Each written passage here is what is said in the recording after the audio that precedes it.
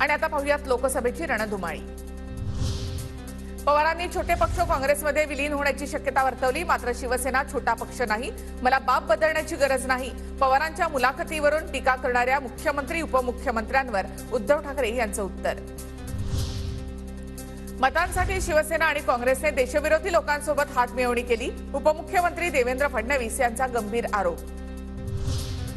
मी ठाकरेंचं काम पाहिलंय, ते काँग्रेसमध्ये पक्ष विलीन करतील असं वाटत नाही, संभ्रम निर्माण करण्यासाठी पवारांचं वक्तव्य, अजित पवार यांचा दावा। अजित पवार उद्धव ठाकरेंना किती ओळखतात ते माहिती नाही, मी उद्धव ठाकरेंना चांगला ओळखतो, सध्या शरद पवार हेच उद्धव ठाकरेंचे गाईड मार्गदर्शक, देवेंद्र फडणवीस यांचा टोला। अमित शहा राज्याचं राजकारण चालवतात हे खोटं, आम्ही सगळे सामूहिक निर्णय घेतो, शरद पवारांच्या टीकेला अजित पवार यांचं उत्तर।